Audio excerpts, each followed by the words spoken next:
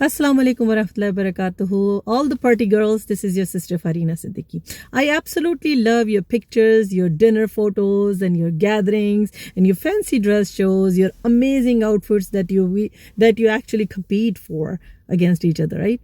But where is your Islam? Where is your voice as a Muslim who is always on social media, so busy, so amazingly busy and available and vocal and visible on social media? Where is your voice for the people of Gaza and especially the women in Gaza?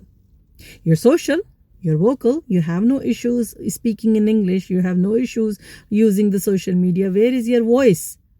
And I'm especially talking about Pakistani community. We were all busy, swamped, indulged, fully drowned and fully busy. Talking about the cricket match between Pakistan and India, and then India and Australia bashing Indian team for bashing Pakistani team, and then bashing Indian team further ahead for losing the match. What is it? It was around the same time when Al-Shifa hospital was attacked. And preemies were dislocated. They were bombarded. There was no power, no water, nothing. They were going through the worst massacre of human history that time.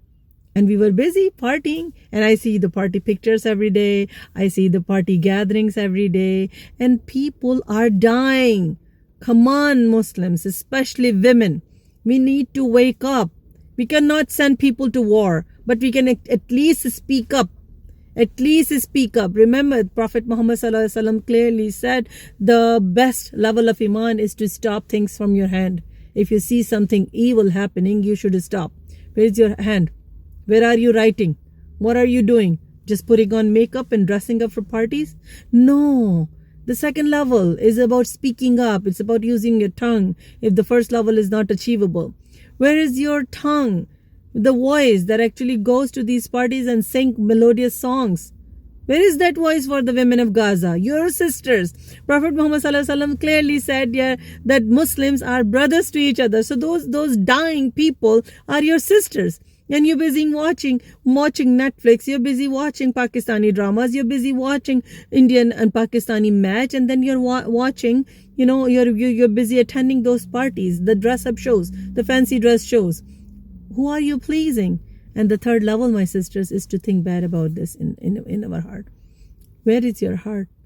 Why are we so happy, go lucky, cheery at all times? Now everybody's getting ready for Christmas. Amazing! The celebration, the Black Friday sale, and all the amazing, discounts that we are looking forward to. Where is our love for our Muslimin? At least the people on social media. Let's not even talk about other men and women. At least the people on social media who are active, visible, who have several followers, even with 3 followers. You have the voice, you have the audience. Share things. Talk about it. Talk about how disappointed you are. Right? I'm not saying that you should die with the people who are dying. But at least stop those parties. Stop those dress-up clans. Stop those fancy dress shows, and spend more time on social media, not just to post your pictures of the party, to post the reality of what is happening through Israeli crimes against Palestinian Muslims.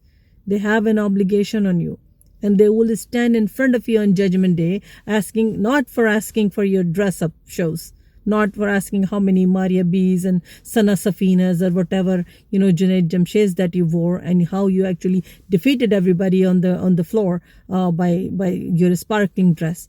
They will ask you questions about when I was dying, when my babies were slaughtered, when my babies were in dungeon, when my hospitals were destroyed. What were you doing?